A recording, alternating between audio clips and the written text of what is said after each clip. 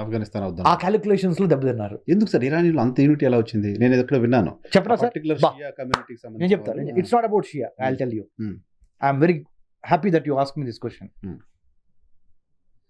నా రీసెర్చ్ ద్వారా నేను doctor Ramesh Kanniganti PhD and post doctorate in American studies.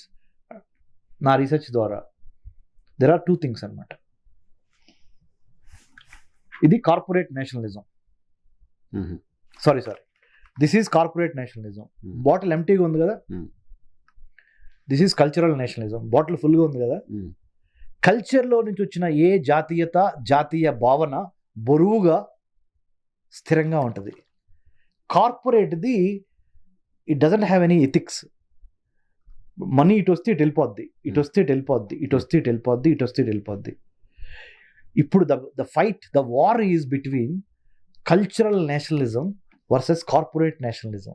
Oh, super. Mhm. I am summing up the war, the mini world war that is happening in 2026 year, in the month of February 28th, and today we are 20th of March. The fight is, don't see the fight between America versus Iran. See the fight between corporate nationalism versus cultural nationalism. Okay. What about India? Are we corporate nationalism or are we cultural nationalism? India as a country. But ఇప్పటికైతే mixed గానే ఉన్నట్టుంది. పూర్తిగా అది పూర్తిగా ఇది ఇది లేదు. మనం ఎందుకు గెలుస్తున్నాం అంటే ఎక్కువ యుద్ధాలు Hmm. మనకి మిక్స్ అయ్యి ఉంది కాబట్టి. Hmm. సో ఎమోషన్తో పోరాడేవాడు చచ్చిపోయినా పర్లేదు పోరాడదాం అనుకుంటాడు. Hmm. మనీ మైండెడ్ లేకపోతే వెల్త్ని కంట్రోల్ చేసుకోవడం ద్వారా పాలిటిక్స్ ఆడదాం అనుకుంటున్నాడు. కార్పొరేట్ స్థాయి నేషనలిజం అనే కాన్సెప్ట్ని వాడతాడు. Hmm.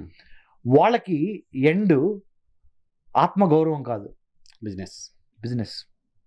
వీడికి ఎండ్ లైఫ్, ఆత్మగౌరవము, self esteem, Hmm. Self respect అనేది. సో ఈ వార్లో